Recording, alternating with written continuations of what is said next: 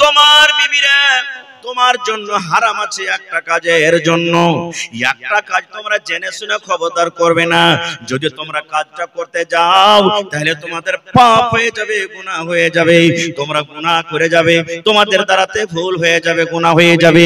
কি কাজ করবে না রে পুরুষ? আল্লাহ রাসূল বলেছেন, পুরুষ রে, যখন তোমাদের স্ত্রীদের এমসি হবে, হায়েজ হবে, মাসিক হবে, তখন খবরদার খবরদার তোমার স্ত্রীর সাথে তুমি মিলন করিও না, তার সাথে হামবিস্তারি করিও না, তার সাথে তুমি জিমা করিও না, তার সাথে তুমি সহবাস করিও না। তুমি গায়ে গা মিলিয়ে তুমি ঘুমাতে পাবে, শুতে পাবে, কিন্তু একটাই কাজ থেকে তোমাকে শুধু বারণ করলাম, সেটা হলো তোমার স্ত্রীর সাথে তুমি মিলন করবে না। এবার যদি কোনো মানুষ বলে যে না আমি করে নিব, তো নবীর নাফরমানি করলে, আর নবীর যখন নাফরমানি হয়ে গেল তো ওই জায়গাতে গুনাহ হয়ে গেল। আর এবারে ওই ইহুদিরা নিজের স্ত্রীদের মান সম্মান দিত না, বিছানে নিজের স্ত্রীকে ঘুমাইতে দিত না যে তুই আলাদা হয়ে ঘুমা, কখন যখন হাইজ মাসিকের আলাসে থাকতো। কিন্তু এখন শরীয়ত তার মান সম্মান দিয়ে দিলে সুবহানাল্লাহ, যে তোমার স্ত্রী তোমার পাঞ্জরে ঘুমাবে, কোনো গুনাহ নেই।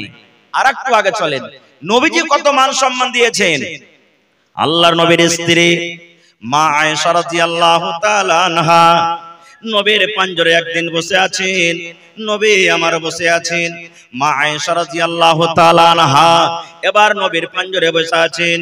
গিলাসে করে মা আয়েশা দুধ পান করেন, গিলাসে করে মা আয়েশা পানি পান করেন। মা আয়েশা নিজে বলেন, আমি যখন গিলাসে করে পানি পান করে দুধ পান করে, আমার দয়ার নবী আমার দিকে দেখছেন, আমার বিবি আয়েশা গিলাসের কোন জায়গাতে মুখ লাগায়, ঠোঁট লাগায় পানি পান করেন। এবার মা আয়েশা বলেন, সহিহ হাদিস রে বন্ধু, আমি পানি পান করতে করতে কিংবা দুধ পান করতে করতে যখন আমি গিলাসটাকে রেখে দিলাম, দয়ার নবী চট করে গিলাসটাকে উঠিয়ে নিলেন। মা আয়েশা বলেন, যেই জায়গাতে গিলাসের আমি মুখ লাগাই, ঠোঁট লাগায় পানি পান করলাম, দয়ার নবী ওই জায়গাতে মুখ লাগায়, ঠোঁট লাগায় পানি পান করলেন। শুধু তা নয়, মা আয়েশা বলেন, আমি হাড্ডি চুষে চুষে খাই কিংবা আমি গোশত ছিঁড়ে ছিঁড়ে খাই, আমার নবী আমার দিকে দেখেন, আমার বিবি আয়েশা এই গোশতের কোন জায়গাতে মুখ লাগায় কামড় দেয়, হাড্ডিতে কোন জায়গাতে দাঁত লাগায়। মা আয়েশা বলেন, গোশত খেতে খেতে খেতে যখন আমি থালাটা রেখে দিলাম, পেস্টটাকে যখন থালাতে রেখে দিলাম, নবীজি আমার চট করে পেস্টটাকে উঠিয়ে নিলেন। আমি আয়েশা যেই জায়গাতে আমি মুখ লাগাইয়ে দাঁত লাগাইয়ে কামড় দিলাম, আমার দয়ার নবী আমার ওই মুখ লাগা জায়গাতে মুখ লাগাইয়ে দাঁত লাগাইয়ে কামড় দিলেন। এবার শেষে মা আয়েশা কি বলছেন, আমি ওই অবস্থাতে ছিলাম যখন আমার মাসিক হচ্ছিল, হাইজ হচ্ছিল। নবীজি এখানেও মা খালাদের সম্মান বাড়িয়ে দিলেন। যে ইহুদিরা নিজের স্ত্রীকে ঘুমাইতে দিত না হাইজের হালাতে, নবীজি তার মুখের খেলে। হায়রে আল্লাহ, কেমন মহব্বত ভালোবাসা জি ভাই। আর আমাদের মহব্বত ভালোবাসা কি জানেন, কোন ভাই যদি ভাত খেতে বসেছে, রুটি খেতে বসেছে, তরকারি খেয়েছে, খেতে খেতে চেটি ভাত যদি বেশি হয়ে যায়, আর ওর স্ত্রী যদি করে, রে হালে আমার মা ভাত কোটা খেতে পারলাম না, তুই খেয়ে লেগে, তো মা খালারা কি জবাব দেবেন, হ্যাঁ তোমার পোঁটা পড়া ভাত খেতে যাচ্ছি আমি, হ্যাঁ আমার কিছু নাই। ওর বেটারকে কবে, যা রে হোটেলা যা দিয়ে দেখা, 6 টাকা দিয়ে দেখা, যা যা দিয়ে দেখা, ওর মুখের কিন্তু খাইবে না। এই তো আমাদের মহব্বত ভালোবাসা। এই ভাই মুসলমান, আর একটু আগে চলেন, মক্কার লোকেরা কি করত, এটাতে ইহুদের কথা বললাম, আর কি করত মক্কার লোকেরা, সুবহানাল্লাহ। যখন নবীজি দুনিয়াতে এসেছিলেন, নবী হননি, তার আগেকার টাইমে, তার আগেকার সময়তে মক্কার লোকেরা কি করত, আল্লাহ তাবারাক ওয়া তাআলা সেটা কোরআনে বলছেন, ওয়াইদা বুশিরা আহাদুহুম বিল উনসা যাল্লা ওয়াজহুহু মুসওয়াদ্দাও ওয়া হুয়া কাযীম। ওরে আল্লাহ, আজকে যদি আমার আপনার বাড়িতে 2টা 3টে 4টে মেয়ে হয়ে যায়, মন খারাপ ভারী হয়ে যায়, বাবার রাতের বেলাতে ঘুম আসে না, কত ভাই নিজের স্ত্রীকে মারে আর গালি দেয় আর বলে, এরে হারামের বেটি হারামি, এরে খব্বিসের বেটি খব্বিস, তোর পেট থেকে শুধু কেন মেয়ে হয়, তোকে তালাক দিয়ে দেব, তোর মতন বিবিকে বাড়িতে রাখবো না, কত রকম নানা প্রকারের বলেন আল্লাহ খালিদি, ওরে আল্লাহ, আল্লাহ রাব্বুল আলামিন বলেন দুনিয়ার মানুষ রে, ওই মক্কা নগরে মক্কার জমিতে যখন আমার নবী নবী হননি তার আগে কার ঘটনা, কোন বাড়িতে যখন মেয়ে জন্মগ্রহণ হতো, কোন বাড়িতে যখন মেয়ে পয়দা নিত, ওই বাবার মুখখানা কালো হয়ে যেত, এমন ভাবে কালো হয়ে যেত, ওই বাপ লজ্জিত হয়ে যেত, শরমের কারণে গ্রাম দিয়ে হাঁটতে পারতো না, লোকের সামনে দাঁড় হইতে পারতো না। যেমনই গ্রাম দিয়ে হাঁটতো, লোকেরা টানা মেরে মেরে কথা বলতো আর বলতো দেখো রে এটা মেয়ের বাবা চলে যায়, এটা বেটির বাবা চলে যায়। এই শরমে, এই ভয়ে, এই ডরে ওরে আল্লাহ নিজের মেয়েকে তারা জমিনে দফন করে দিত। বাপের মন খারাপ, গ্রামে লোকেরা টানা মেরে মেরে কথা বলতো আর দিত আর বলতো দেখো মেয়ের বাবা চলে যায়। ইমাম বাগাবী রাহমাতুল্লাহ আলাইহি বলেন যে ওই মক্কা নগরে মক্কার লোকেরা কিছু লোক কি করতো জানেন, যার ইচ্ছা ছিল যে আমি মেয়েকে মারবো না, আল্লাহ যা দিয়েছে লোক যা বলছে বলুক না, ওই মেয়েটার বয়স যখন 7 বছর 8 বছর 10 বছর হইতো, ওকে উট দিয়ে বকরি দিয়ে ভেড়া ভেড়ি দিয়ে ওকে মাঠে ময়দানে পাঠিয়ে দিত, যা বেটি তুই উট চড়াবি, বকরি চড়াবি, ভেড়ি চড়াবি আর দুধ পান করবি, তুই জীবনটাকে কাটিয়ে দিবি। আর যে লোকটা লজ্জা মনে করতো না বাড়িতে বেটি এসেছে, এরকম বেটিকে বাড়িতে রাখা হবে না, যার জন্য আমি মুখ পাই না, দেশে মুখ দেখাতে পারি না, তখন ওই বাপ কি করতো, ওরে সুবহানাল্লাহ, একটা কোদল নিত। কি নিত ভাই? একটা কোদল নিত আর কোদলটাকে নিয়ে জঙ্গলের ভিতরে চলে যেত, নিজের স্ত্রীকে জানাইত না। ইমাম বাগাবী রাহমাতুল্লাহ আলাইহি বলছেন যে কোদল নিয়ে জঙ্গলের ভিতরে চলে যেত, আর চলে যাওয়ার পর জঙ্গলের ভিতরে বেটিকে দফন করবো বলে একটা গর্ত খাল করে চলে আসতো বাড়ি। আর বাড়ি আসার পর তখন নিজের স্ত্রীকে বলতো, রে আমার বেবি, ও হালেমার মা, এ জামিলার মা, এ খালেদার মা, এ সাইদার মা, আমার মেয়ের বয়স 8 বছর 7 বছর হয়ে গেল, কাঠিয়ারের মার্কেট কেমন হয়, জীবনে কোনোদিন আমার মেয়েটা বাজার দেখেনি, বাজার ঘুরেনি, নানির বাড়ি জীবনে কোনোদিন আমার মেয়ে জেনি, এক কাম করো রে বেবে, আমার কলেজার টুকরাকে তুমি সুন্দর করে সাজাইয়া দাও, সুন্দর করে তাকে নতুন জামা কাপড় দিয়ে দাও, সুন্দর করে তাকে তেল কাজল দিয়ে দাও, কারণ আমি তাকে মেলা ঘুরতে নিয়ে যাব, বাজারের দিকে নিয়ে যাব। হায় রে মা, মা জানতো না আমার স্বামী কেন আমাকে এরকম কথা বলেন। মা মনে মনে বলতো আল্লাহ রে, আমার মেয়েটাকে মনে হয় আমার স্বামী আর মারবে না, তারপরে দয়া হয়ে গেছে, তারপরে ময়া হয়ে গেছে, তাকে ভালোবেসেছে, যার কারণে এত সুন্দর করে কথা বলেন। মা খুশি খুশি হয়ে ওরে আল্লাহ সুন্দর করে নিজের মেয়েকে গোসল দিয়ে, নতুন জামা কাপড় পরায়ে, তেল কাজল দিয়ে নিজের স্বামীর হাতে তুলে দিতেন। এবার স্বামী কি করতেন, নিজের মেয়ের হাত খানকে ধরে টানতে টানতে টানতে মেলা দেখার বাহানাতে কোথায় নিয়ে যেতেন, ওই জঙ্গলের ভিতরে তাকে নিয়ে চলে যেতেন, যে জায়গাতে কোনো বাড়ি নাই, যে জায়গাতে কোনো গ্রাম নাই, যে জায়গাতে কোনো লোকজন নাই। এবার হাঁটতে হাঁটতে মেয়ে বলতো আব্বা গো কোথায় আপনি আমাকে নিয়ে যান, এই জায়গাতে কোনো বাড়ি নাই, এখানে কোনো দোকান নাই, এখানে কোনো লোকজন নাই, এখানে কোনো রকমের মেলা নাই, বাজার নাই, কোথায় আপনি নিয়ে যাবেন। এবার আব্বা বলতেন বেটি রে,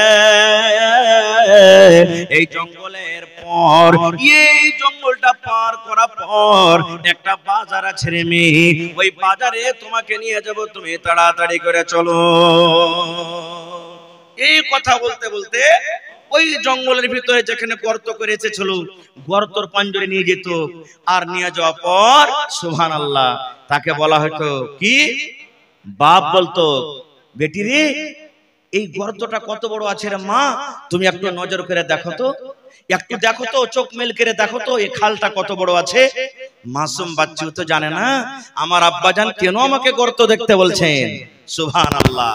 এবার ওই মেয়ে কলেজার টুকরা যেমনই আব্বার কথা শুনে এরকম ভাবে মাথা বাড়িয়ে গর্তর দিকে দেখতে গেলেন, যেমনই চোখ বাড়িয়ে দেখতে গেলেন, সুবহানাল্লাহ পিছন থেকে বাপ একটা ধাক্কা দিয়ে এমন জোর করে ধাক্কা দিল, ধাক্কার সাথে সাথে ওই কলেজার টুকরা মেয়ে গর্ততে পড়ে গেল। যেমনই গর্ততে পড়ে যাওয়া, মেয়ে কাঁদতে শুরু করলো, আর গর্ততে পড়ে পড়ে বলে আব্বা গো কেন তুমি আমাকে আমাকে গর্ততে ফেলে দিলে, কেন তুমি আমাকে খালে ঢেকে দিলে? এবার আব্বা বলতো, ও আমার কলিজার টুকরা মেয়ে, যে দিন থেকে তুমি আমার বাড়িতে জন্ম নিয়েছো, যে দিন থেকে তুমি আমার বাড়িতে এসেছো, আমার রাতের বেলাতে ঘুম আসে না, তোমায় আমি নিয়ে চিন্তায় পড়ে আছি। লোকেরা আমাকে আর দিচ্ছে, লোকেরা আমাকে দেখে দেখে বলে, দেখো রে, এটা মেয়ের বাবা চলে যায়, এটা মেয়ের বাবা, আর বাড়িতে মেয়ে জন্মগ্রহণ হয়েছে। এই জন্য মেরে দুনিয়াতে তুমি যতদিন ছিলে ভালো হয়ে থাকলে, আজকে তোমার শেষ টাইম, শেষ দিন।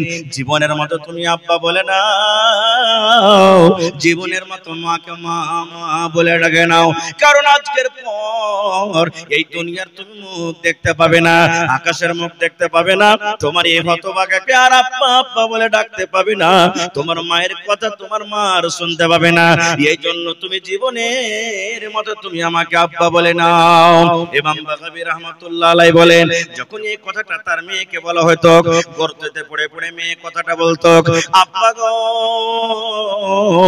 আপনাকে আর আমি আব্বা বলে ডাকবো না, মাকে মা মার বলে ডাকবো না, আমার দুই চোখ যেদিকে যাবে আমি চলে যাব, বাড়ি ঘর দেশ ছেড়ে গা ছেড়ে চলে যাব, কিন্তু দয়া করে আপনি আমাকে মারিয়েন না, আপনি দয়া করে আপনি গর্ত থেকে আমাকে উঠাইলেন। এরকম ভাবে মেয়ে চিৎকার করতে থাকতো, কিন্তু একটাও তার কথা শোনা হতো না। ওই মেয়েকে, ওই পেটিকে, ওই কলেজার টুকরাকে জিন্দা তাকে জমিনে দফন করে বাড়িতে চলে আসতো।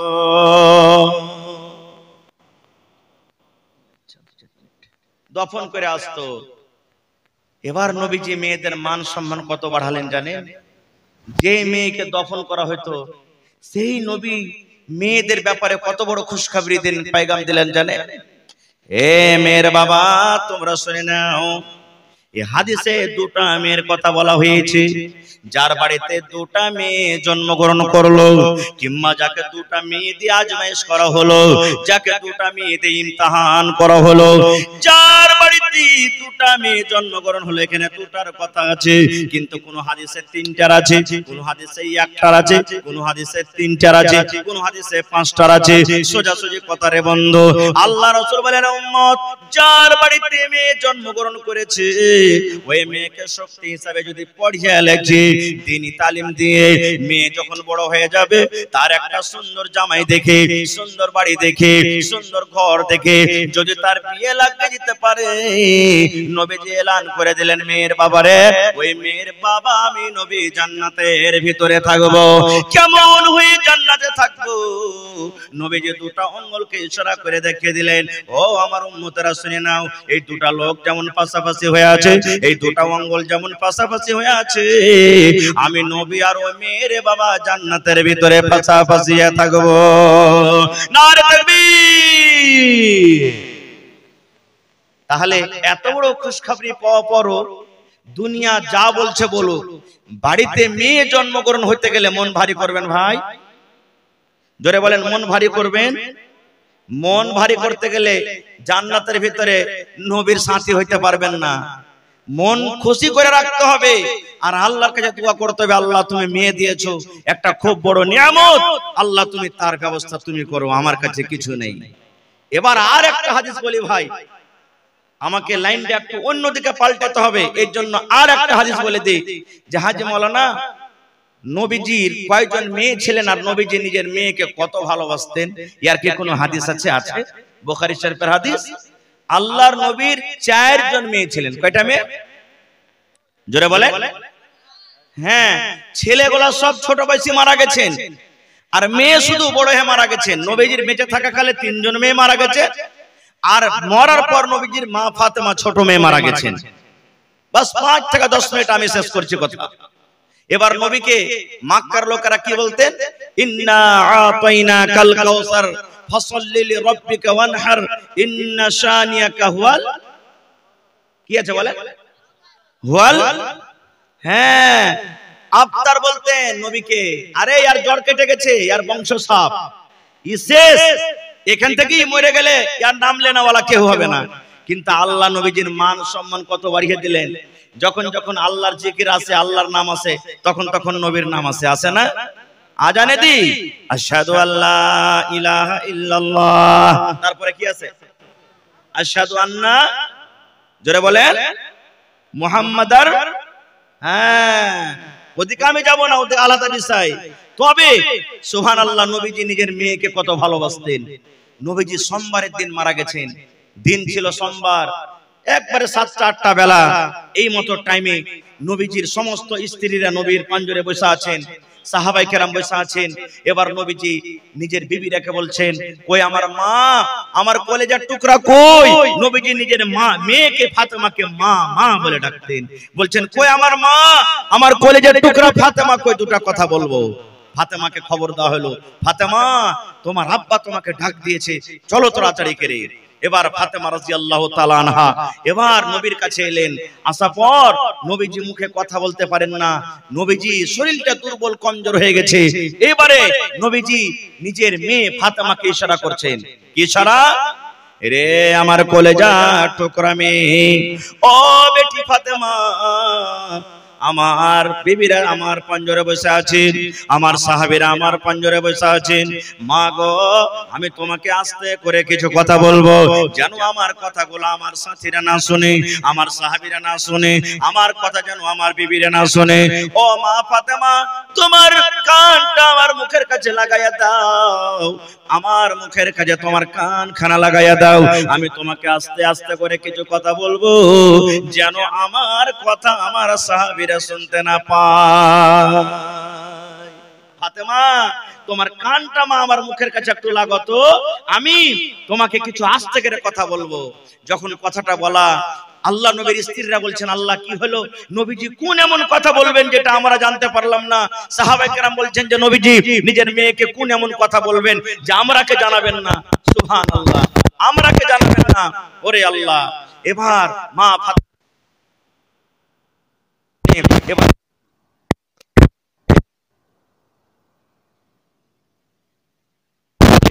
কাঁদতে লাগলেন, নবীর কথা শুনে কাঁদতে লাগলেন।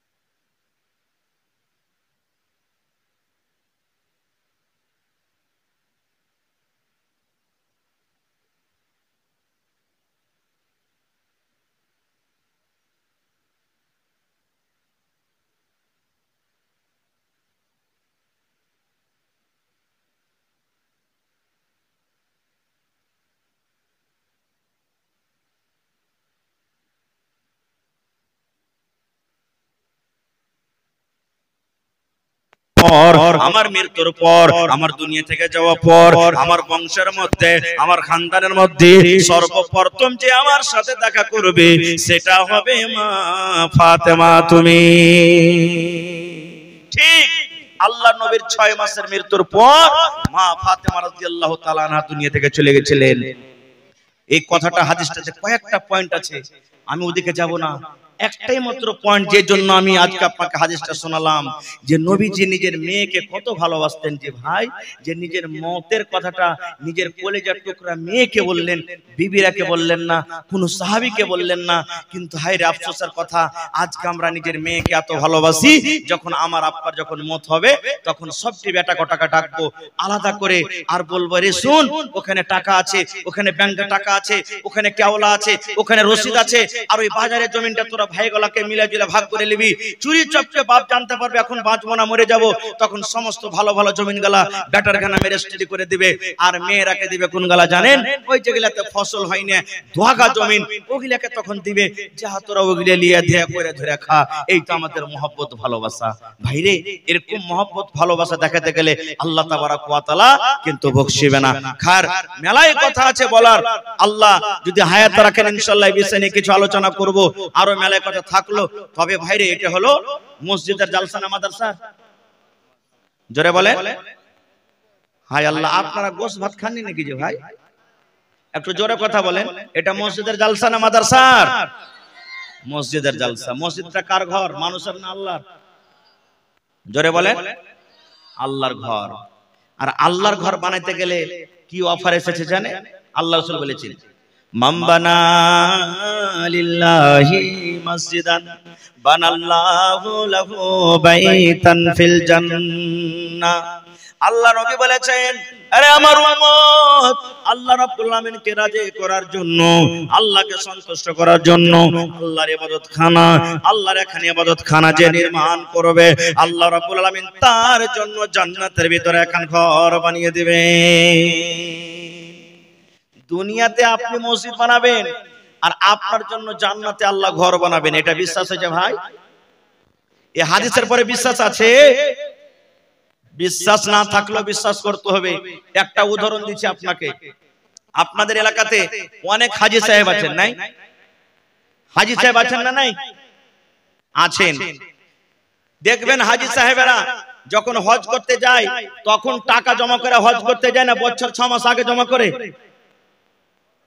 বছর 6 মাস 2 মাস 4 মাস আগে টাকা জমা করে। সুবহানাল্লাহ। যেমনই বাড়ি থেকে বের হইলো, বাড়ি থেকে যাওয়ার আগে ওর মিনার মাঠে, ওর মদিনাতে, ওর মক্কাতে ঘর রেডি আছে। হ্যাঁ, কাঠিয়ার থেকে অমুক হাজী আসবে, ওর রুম নম্বর এতটি, ওর নাম এটা, বাবার নাম এটা, ওর এটা হলো ঘর তৈয়ার হয়ে আছে। শুধু তা নয়, বাড়িতে বসে থেকে থেকে মানুষ টাকাতে পাঠিয়ে দেয় মোবাইলে, দিল্লিতে ফ্ল্যাট কেনা রেডি করে রেখে দেয়, কলকাতাতে ঘর কেনা রেডি করে রেখে দেয়। এটা বিশ্বাস আছে না? এই যে আপনারা কিছুদিন আগে শুনেছেন যে চাঁদে তা মানুষ জমিন কিনেছে, শুনেছেন না শুনেননি? যে চাঁদে জমিন কিনেছে। আর ওটা যাক একটা জেনারেল উদাহরণ দিই, আপনারা দিল্লি, পাটনা, পাঞ্জাব, আদিয়ানা, লুধিয়ানা সফর করেছেন। এবার যারা দিল্লি যাবেন 10 দিন 15 দিন 1 মাস আগে তারা টিকিট কাটবে যে আমি ফালা ট্রেনে যাব। এবার যেমনই আপনার টিকিট কাটা হয়ে গেল, সাথে সাথে আপনাকে টিকিট মাসের একটা টিকিট দিবে কম্পিউটারওয়ালা, ওতে আপনার ট্রেনের নাম লেখা থাকবে, ওতে আপনার কোচ নম্বর লেখা থাকবে, কয়টা ট্রামে এখান থেকে ছাড়বে, কয়টাতে আপনাকে পৌঁছাবে, কত নম্বর আপনার সিট হবে, সবকিছু লেখা থাকে না থাকে না? যারা বলেন থাকে না থাকে না? থাকে। এবার দুনিয়াতে যদি মানুষ এতখানি তারাক্কি করতে পারে আল্লাহর দেওয়া জ্ঞানে, তো আল্লাহ রাসূলের পরে এই হাদিসটা আপনাকে আমাকে বিশ্বাস করতে হবে না যে নবী বলেছেন দুনিয়াতে তুমি এখানটা আল্লাহর জন্য ঘর বানাও, আল্লাহ তাআলা তোমার জন্য জান্নাতের ভিতরে এখানটা ঘর বানিয়ে দিবে। সুবহানাল্লাহ। ঘর বানাবে। আজকে আপনি মসজিদ বানাইতে আসেননি, আজকে নিজের জন্য জান্নাতের ভিতরে ঘর বানাইতে এসেছেন। ভাইরে মসজিদ খুব সুন্দর, নামাজ পড়লাম এশারের নামাজ, খুব সুন্দর, ছোট মসজিদ কিন্তু খুব সুন্দর। আল্লাহ যেন এই মসজিদকে কবুল করেন, আর বানানে ওয়ালাকে আল্লাহ যেন কবুল করেন। ভাই আজকে এই মসজিদে শুনলাম কাজ হয়েছে, কিছু করজ আছে, আর মসজিদের এখনো কিছু কাজ বাকি আছে। তো ভাই সেই মসজিদটাকে সামনে রেখে, মসজিদটাকে লক্ষ্য করে আল্লাহর ঘরের জন্য আজকে আমরা নিজের একটা ঘর বানাই, 10 লক্ষ 15 লক্ষ 20 লক্ষ টাকা খরচ করে দিয়ে কোনো 1 টাকা কারোর কাছে ধার লি না। আর এত বড় সমাজ, এত বড় গ্রাম নিয়ে একটা মসজিদ আজকে আমরা বানাইতে বসেছি। যদি একটা মসজিদ নির্মাণ না করতে পারি, কিয়ামতের দিন আল্লাহর কাছে কি আমরা জবাব দেব? এজন্য ভাই 1 টাকা দিবেন, আপনার কাছ থেকে 1 টাকা নিব।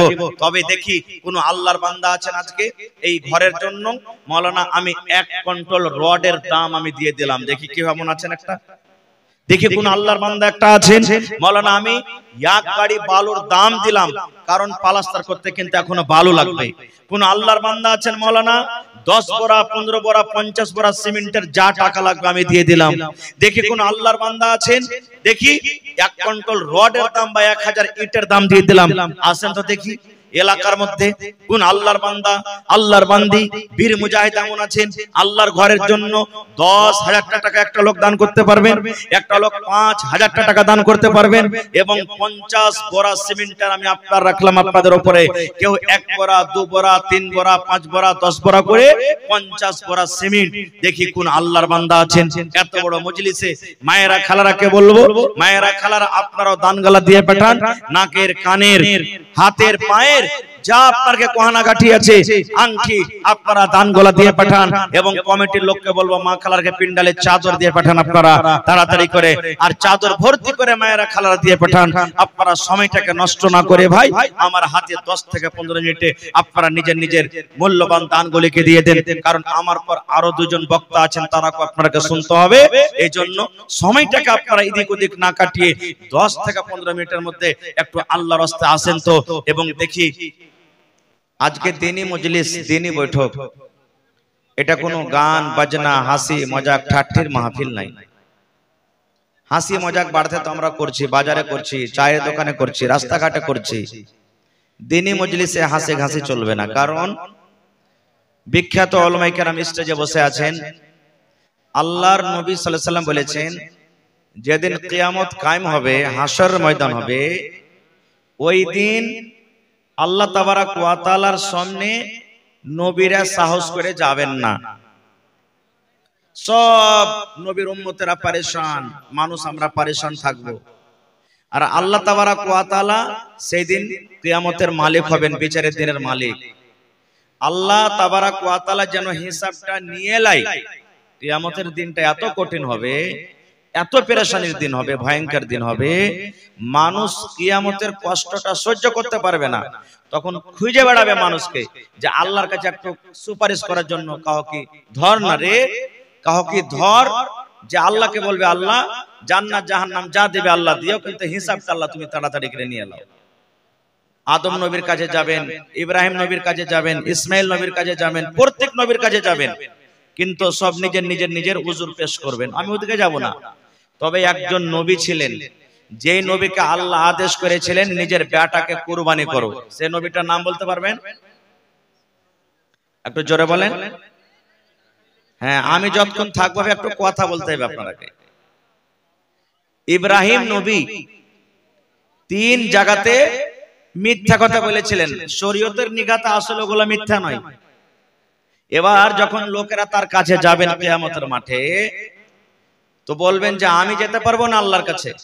লোকেরা বলবেন যে আপনি হলেন খলিলুল্লাহ, আল্লাহর দোস্ত, আল্লাহ আপনাকে আগুন থেকে বাঁচালছেন, আপনি নিজের ছেলেকে কুরবানি করতে গেছিলেন, তো একটু আল্লাহর দরবারে সুপারিশ করেন, আল্লাহ যেন আমাদের হিসাব কিতাবটাকে নিয়ে লাই। ইব্রাহিম নবী কি বলবেন জানেন? ওরে আল্লাহ আমি যেতে পারবো না, কারণ যদি আল্লাহ আমাকে প্রশ্ন করে দেয় ইব্রাহিম তুমি সুপারিশ করতে এসো, কইলে তোমার হিসাবটা তুমি দিয়ে দাও 3 জায়গাতে যে মিথ্যা কথা বলেছিলে, তখন তো আমি ধরা পড়ে যাব। তো ভাইরে, একটা নবী, সুবহানাল্লাহ, আল্লাহ নিজের দোস্ত বলেছেন সেই নবীকে, সেই নবী সামান্য শরীয়তের দিক থেকে মিথ্যা নয়, তবে মিথ্যা মনে করে আর গুনাহ মনে করে আল্লাহর সামনে যদি যেতে না পারেন, তো আমি আপনি কি ভাই, আমি আপনি কি যে লোককে হাসার জন্য মিথ্যা কথা বলবো? আমার আপনার ঠিকানাটা কোথায় হবে একটু ভেবে দেখেছেন? আজকে আমাদের মজাক তো শরীয়ত বাহির মজাক, আল্লাহ রাসূল মজাক করেছেন, আল্লাহ রাসূল মজাক করেছেন, কিন্তু আমাদের মতন মজাক নাই। যেমন আল্লাহ রাসূল মজাক কি করেছেন জানেন? একটা হাদিস বলি, একজন মহিলা এসে বলছেন আল্লাহ রাসূল আমি নামাজ রোজা সব করি শক্তি মতন, তেলাওয়াত ওয়াগেরা তাসবিহ তাহলিল করি, আমি কি জান্নাত যাব? আমি কি আল্লাহ কি আমাকে জান্নাত দিবেন? তো আল্লাহ রাসূল বলছেন যে কোন বুড়া কিংবা বুড়ি জান্নাতে যাবে না। রাসূল কি বললেন? কোন বুড়া কিংবা বুড়ি জান্নাতের ভিতরে যাবে না। ওর মন খারাপ, আল্লাহ আমার বয়স হয়ে গেছে, নামাজ রোজা তাইলে আমার সব ব্যর্থ বেকার হয়ে গেল, যখন ওর মন খারাপ দেখলেন তখন আল্লাহ রাসূল বলছেন যে এই শোনো শোনো, আমি এই জন্য বললাম যে কোনো বুড়া বুড়ি জান্নাতে যাবে না। আল্লাহ তাবারাক ওয়া তাআলা যখন মানুষকে জান্নাতে দেবেন ওই টাইমে মানুষের বয়সটা বুড়া থাকবে না, একবারে কড়কড়া 25-30 বছরকার জওয়ানি হালাতে যাবে জান্নাতের ভিতরে। এই জন্য আমি বললাম যে কোনো বুড়া বুড়ি জান্নাতের ভিতরে যাবেন না। এটা মজাক, কিন্তু এটা কি শরীয়তের মজাক হলো? আল্লাহুস সামাদ। একজন সাহাবী এসে বলছেন আল্লাহ রাসূল আমাকে একটা সওয়ারি দিবেন না, আমি যার পরে সওয়ার হব। আল্লাহ রাসূল একটা সাহাবীকে বলছেন যাও যে উটের বাচ্চাকে একটা দিয়ে দাও। আল্লাহ রাসূল মজাক করছেন, একটা উটের বাচ্চা দিয়ে দাও। তখন সে সাহাবী বলছেন হুজুর আমি আপনার কাছে সওয়ারি চাচ্ছি, বড় উট চাচ্ছি, আর আপনি আমাকে উটের বাচ্চা দিবেন, উটের বাচ্চাতে কি করব আমি নিয়ে? আল্লাহ রাসূল হাসছেন বলছেন যে আরে পাগল, যে উটের বাচ্চাটা তোমাকে দিব ও তো বড় হয়েছে, ও তো একদিন কাহরের বাচ্চা ছিল, এই জন্য তো আমি বললাম যে উটের বাচ্চাটাকে দিয়ে দাও গা। এগুলা হলো মজাক। আর আমাদের মজাক তো কোন আইল কি আর নাচ পাঘা নেই। সুবহানাল্লাহ। খায়ের যা হোক, আমি ওদিকে যাব না ভাই। ভাইরে আজকে আমি আপনাদের সামনে যে বিষয়টি নিয়ে আলোচনা করেছি, যে এই জমিনে পৃথিবীতে আমরা মুসলমান যারা ইসলাম মানে না, বুঝে না, জানে না, তারা তো বলে আমরা মুসলমানও বলি যে আল্লাহ তাবারাক ওয়া তাআলা এই পৃথিবীতে মেয়েদের কোনো মান সম্মান দেয়নি, বেটির কোনো মান সম্মান দেয়নি। তো মেয়েদের মান সম্মান শরীয়ত কতখানি দিয়েছে আজকে আপনাদের সামনে দু চারটা কথা বলবো। তার আগে একটা প্রশ্ন করি, এই জমিনের উপরে বর্তমান যুগে সব থেকে সস্তা জিনিস যার কোনো মূল্য নেই, বলেন তো আপনারা কে? বলতে পারবেন না? জমিনের উপরে সব থেকে যার মূল্য নাই, সস্তা, যার কোনো আহমিয়তি দিন আমরা, বলতে পারবেন না? আচ্ছা ভাই আপনারা কেউ বলবেন হয়তো মল্লা যে নুন হবে, লবণ, নুন তো কম করে সস্তা গেলে 10 টাকা নিচ পাবেন না, 10 টাকা কেজি নাকি? বলবেন যে মৌলানা পানি, 1 লিটার পানি কিনতে যান 20 টাকা লাগবে আপনাকে। বলবেন মৌলানা সাল হাইজি, 1 টাকা 2 টাকা নিচে আপনি একটা মাছের সাল হাই পাবেন না। আছে না? আছে। প্রত্যেক জিনিসের দাম আছে, কিন্তু যার একটা আমরা দাম দিই না সেটা হলো কে? আমার আপনার মেয়ে, আমার আপনার বেটি, আমার আপনার কন্যা, যার বর্তমান যুগে আমরা কোনো মান সম্মান দিই না। বাড়িতে বেটি হতে গেলে মন খারাপ, মন খারাপ হয় না ভাই? হানা বলেন, মন খারাপ হয় না? হয় না? বাপের রাতের বেলাতে বিছানে ঘুম আসে না। এই মজলিসে কত আমার মা, কত ভাই আছেন, বেটি সাবালিকা হয়ে গেছে, যুগের কারণে, সমাজের কারণে, আমাদের কারণে, আল্লাহুস সামাদ দিন না মানার কারণে, নবী না মানার কারণে আজকে ওই বাবার মায়ের রাতের বেলাতে ঘুম আসে না। আল্লাহ রে, কেমন করে আমি আমার মেয়ের বিবাহ দেব? আল্লাহুস সামাদ। কত বাপ এমন আছেন টাকা নিয়ে বসে আছেন, 2 লক্ষ 3 লক্ষ 5 লক্ষ টাকা নিয়ে বসে আছেন দেওয়ার জন্য, যেগুলা শরীয়তে জায়েজ নাই, তবে তার বাড়িতে রিশতা আসে না। কেন? আমরা মান সম্মান নিজে হারিয়ে দিয়েছি। কেমন করে মান সম্মান হারালছি? আমরা মুসলমান হয়ে মান সম্মান হারালছি। ইসলাম তার মান সম্মান দিয়েছেন। কোরআন মাজিদে কত সূরা আছে ভাই বলেন তো একটু আপনারা? 114। মুখে যদি খানি টানি থাকে ভাই তলাতে ফেলে আমার সাথে কথা বলেন। কোরআন মাজিদে 114 সূরা আছে। 114টা সূরার মধ্যে কোরআন মাজিদে একটা সূরার নাম আছে সূরাতুন নিসা। দেখবেন সূরাতুন নিসা, নিসা মানে মহিলা, নিসা মানে আওরাত, নিসা মানে নারী। আল্লাহ তাবারাক ওয়া তাআলা মা খালাদের দাম, মান সম্মান এত বাড়িয়ে দিয়েছেন যে তাদের নামে একটা কোরআনে সূরা দিয়েছেন সূরাতুন নিসা, কিন্তু সূরাতুর রিজাল বলে কোনটি কোরআনে সূরা পাবেন না আপনি। কত আল্লাহ মান সম্মান দিলেন। এই মান সম্মান তো এটাই যথেষ্ট যে তাদের নামে আল্লাহ একটা সূরা দিয়ে দিয়েছেন। জি, এটা কোনো ছোট মোটো কথা? আল্লাহুস সামাদ। ভাই আমার, আল্লাহর নবী সাল্লাল্লাহু আলাইহি সাল্লাম যখন নবী হলেন, আল্লাহুস সামাদ, ইহুদিরা সাহাবায়ে কেরাম এসে নবীর সামনে শিকায়ত করলেন ইহুদিদের, কি আল্লাহ রাসূল একটা কথা বলবো আপনার সামনে। আল্লাহ রাসূল বলছেন কি রে বাবা? বলছে যে আমাদের আশেপাশে যে ইহুদিরা আছে, ওরকে স্ত্রীর যখন হাইজ মাসিক হয়, স্ত্রীর যখন মাহিনা হয়, হাইজ মাসিক হয়, তখন ওকে বিছানে শুতে লাই না, ওর বিছানটাকে আলাদা করে দেয়, ওর হাতের খাই না, ওর রান্না বান্না খাই না, ওর কাপড় সাফ করা লাই না, আর ওকে বিছানো পাঞ্জরে ঘুমাইতে লাই না। বলছে যে তুই জয়দিন না পাক হয়ে থাকবি, তুই আলাদা হয়ে থাক, তুই এখন না পাক হয়ে আছিস, তোর মতন স্ত্রীকে বিছানে শুতে লিব না। কে বললেন? সাহাবায়ে কেরাম। ইহুদিরা এরকম করত, নবীর সামনে শিকায়ত করলেন। সুবহানাল্লাহ। এবার নবীজি কি বললেন জানেন? রে আমার উম্মতের দল, ও আমার উম্মতেরা সাহাবারা তোমরা শুনে নাও, যদি কোনো মহিলা, যদি কোনো নারী, যদি কোনো মহিলা হাইজের হালাতে থাকে, মাসিকের হালাতে থাকে, তাইলে তার শরীরটা নাপাক এরকম হয় না রে যে তার স্বামী তার পাঞ্জরে ঘুমাতে পাবে না, তার হাতে খেতে পাবে না, রান্না করা খেতে পাবে না, রুটি বানা খেতে পাবে না, ভাত তৈরি করা খেতে পাবে না। সব করে তুমি খেতে পারো, তার গায়ে গা লাগিয়ে তুমি ঘুমাইতে পারো, তোমার স্ত্রীকে তুমি চুমা খেতে পারো, তার ভাত রান্না তুমি খেতে পারো, তোমার স্ত্রী তোমাকে পানি দেবে দেবে তুমি গোসল করতে পারো, তোমার কাপড় সাফ করে দিবে তুমি পরতে পারো। কিন্তু আল্লাহ রাব্বুল আমিন মহিলাদেরকে নিষেধ করলেন, মহিলারে যেদিন তুমি নাপাক হয়ে থাকবে ওই দিন তুমি নামাজ পড়িও না রে মহিলা, তুমি নামাজ পড়িও না। আল্লাহ রাব্বুল আমিন তোমার জন্য নামাজকে maaf করে দিয়েছেন। 2 দিন 3 দিন 4 দিন 5 দিন যেদিন তুমি নাপাক হয়ে থাকবে, নাপাকের হালাতে আল্লাহ তোমার নামাজকে maaf করে দিয়েছেন, তোমাকে নামাজ পড়তে হবে না। আর যদি রমজান মাসে তোমার হাজ মাসে চালু হয়ে যায়, তাহলে যেদিন তুমি নাপাক হয়ে থাকবে রে মহিলা, তুমি রোজা ছেড়ে দাও, তুমি রোজা রাখিও না। এবার তোমার রমজান মাস যখন শেষ হয়ে যাবে, রমজান মাস যখন পার করে যাবে, আরো যে আগামী বছর রমজান আসার আগে আগে 11টা মাস বাঁচে, 11 মাসের মধ্যে তোমার ওই বাকি ছোটা রোজা কোটাকে তুমি পূর্ণ করে না, এটা নিষেধ করলেন। আর কি বললেন, রে পুরুষের দল, এ পুরুষেরা তোমরা শুনে নাও,